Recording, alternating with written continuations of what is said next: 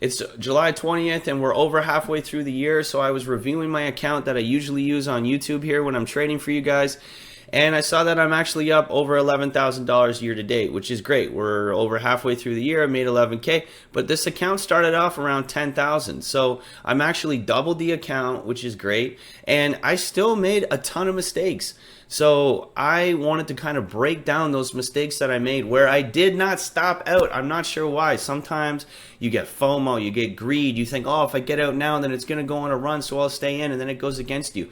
So by the end of this video, I want you guys to really see how much mathematically it matters. Just get out of the trade if it's going against you. It's going to save you in the long run, and how actually consistent trading and making money, the money will flow into your account if you can stop yourself from losing all the time. Kind of how to fight that. I'll give you a couple tips. By the end of the video, you're going to have a much better understanding of how to consistently bring in winners and make more money by the end of the year. Let's get started right away. Okay, so here in Thinkorswim, here's my actual P&L. So you can see down here, I just passed below 11,000. Some stocks are moving around. I was 11,100 when I did the intro there, but basically I'm right on 11,000, and you can see here I'm just below 23. So essentially in the total amount in the account.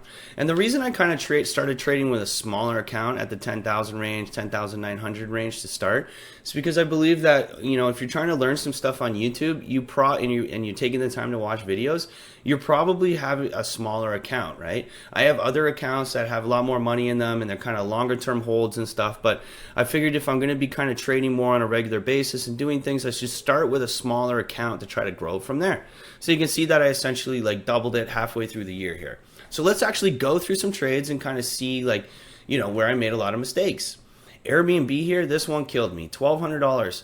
So this one was greed, right? I was selling vertical spreads.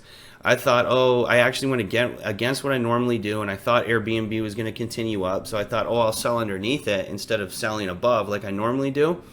And it ended up going against me, and I had a chance to actually make $100.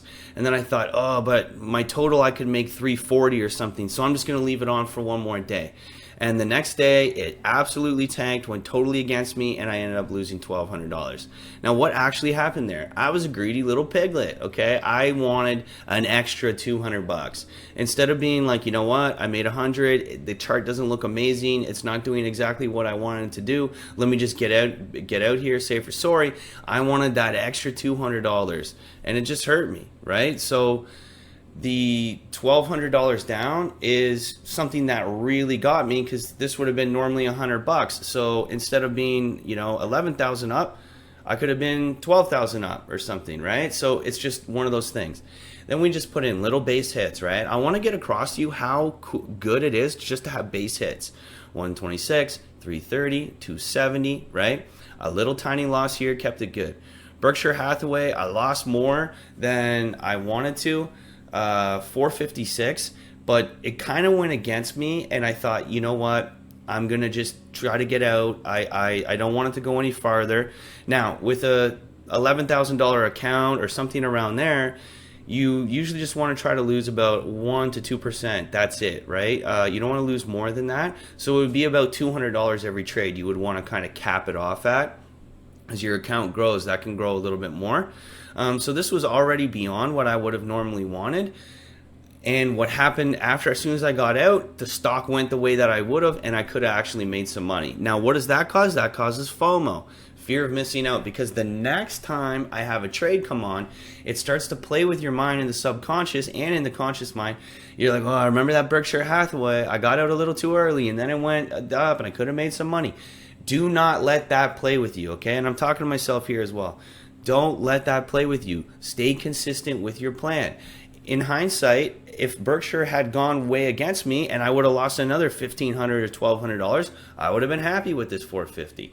So really, I should have got out more in the 200 mark and just said, that's it, call it quits. If you see the trade go the way that you normally would have said it, that's fine. That's how trading goes. You're never going to sit there and be perfect. You're never going to sit there and do every single thing the absolute perfect way. What you have to do is focus more on keeping your losses small. Now, CleanSpark's one that I've held for a while. I got in like, you know, when it was really low. So it's doing well for me. And that's one thing I would probably recommend you. If you only have 10,000 in accounts, say, or 5,000 or something, try to pick like one or two stocks where you believe in them longer term, and you know, and have some potential for either a swing trade or even just a long-term trade, and put some money on those, like maybe a little bit more, allocate a little more of your portfolio to it, and let those sit in the background to kind of slowly help you as time goes on. Because then when you do get those little losses, but you know, CleanSpark's there to kind of keep moving up, or I have some SoFi, it can help you moving up, right?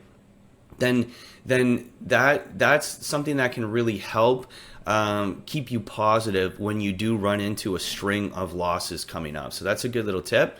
So just like a little 180 win here, 46.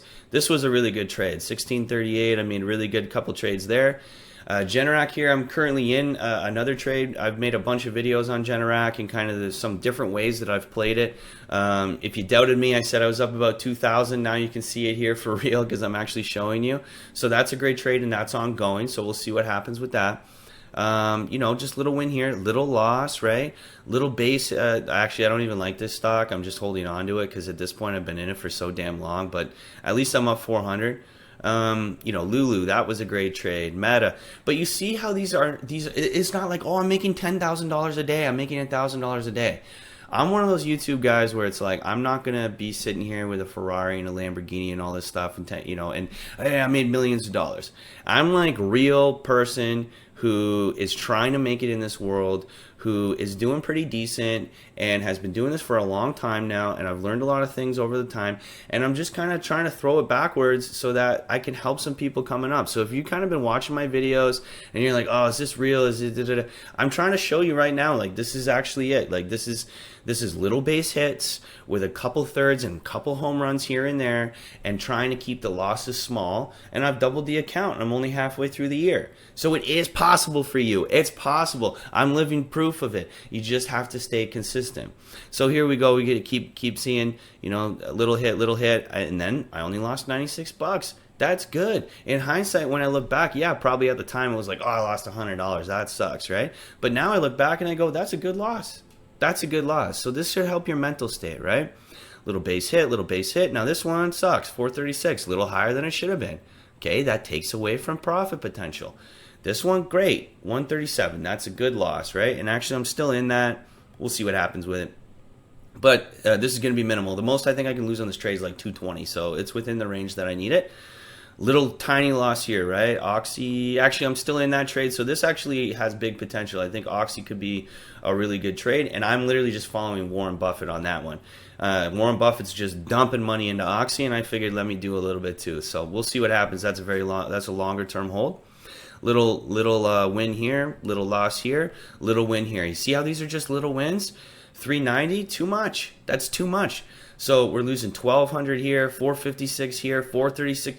These are too much. When you compile, if I take 200, if I go down to what I normally should have lost, if I followed my rules properly and only lost 200 on the trades, I'd have another couple thousand here, right? So I would be up $12,000. So this is helping me realize how important it is to just cut the damn trade and then move on to the next one, because I know that I can hit these little base hits and I can stay consistent with the little base hits, right? Now here's a big ass one. SMCI, man, this stock killed me. So annoying. Like, look at this stock, right? SMCI, I mean, all it did was go up and I somehow lost money. I mean, I don't get it, right? So I'm not Mr. Perfect. I don't claim to be. And, you know, I lost money here because I was selling calls up here and it went against me. And then I get FOMO because it keeps going and you're like, I can't possibly keep going. And then it keeps going and you think, okay, you know what? I'm just going to get in because this, and then boom, it slams down and it gets you. And it takes little bits of money here and there and you end up losing some money. So SMCI, that's a bad trade and I don't like it. And it annoys me, right? So SoFi is one I'm holding on to. We'll see what happens, but that's a really good one as well. So that's why I'm kind of saying, like, grab two stocks that you really believe in. Not CleanSpark and SoFi. Go find your own stock, something you believe in, a company you think could have potential, and they're the ones that might help you out going forward, right? And then SPX, this one killed me. I was doing so well with the SPX trades. and I think I was up like $3,000, and all it took was like 2 bad trades to knock me down, because I got greedy. Same thing. Most of your losses, if you really analyze the psychology behind it, are going to come from greed. You want to make more. You don't want to get out because you don't want to see it go up. You have FOMO and you think, oh man, what if I get out and it flies to the moon? That all is based in greed. Okay, so if I could teach one thing to you, don't be greedy, and realize that later on down the road, you're going to have those consistent gains and the money will flow to you. If you focus more on not losing and keeping your losses smaller, you're going to make more money and it will just flow into your account, because you can still have these consistent wins, right? But if you stop your losses quick and say, okay, you know what? I'm proud of myself for stopping the loss quick. I only lost $200. That's great. Let's move on to the next one. You can see here that it benefits you massively, right? And then I just have like a little one here, 324. But basically the point I'm trying to get across to you is I basically have 2 stocks that are performing really well for me, and then I have a bunch of little base hits, and I've doubled my account. So hopefully we can continue from here. And now that I'm at 23K, I can risk a little bit more. So at 20K, 2%, I could actually risk $400. So now my losses going forward would be around the 400 range, and that means that I can put more down, right? So it's an exponential growth from here as long as you stay consistent. Let me beat this in your head one more time. Keep your losses as small as you possibly can. Don't be ashamed of losing. You are going to lose. You're never going to be able to stop it. You're going to lose no matter what. You'll never be 100% right. So accept that fact. When you put on a trade, say, I could lose here. What's the potential I could lose? That my max is going to be 1 to 2% of whatever my account is. Once it hits that, don't worry about anything else except for getting out. Get out. Don't worry about, oh, it's going to fly this way, it's going to go that way. I know what's going to happen, because you don't. All you know is that you hit your target. It didn't work out for you. Move on to the next one. And when you go through your account halfway through the year or every quarter or whatever, you can be happy when you're like, oh, I only lost $159. I only lost $30. I only lost 137. And you can be very happy about these losses. And then you're not like me going, oh, why did I do that? Why did I do that? Why did I do that? And making these mistakes. So hopefully that kind of helps you out, gives you a good mindset. Been going on for a little while here. I'm trying to pack in as much value as I can, though. So hopefully you stuck around. If you did, like and subscribe if you found some value. And I'm going to catch you on the next one.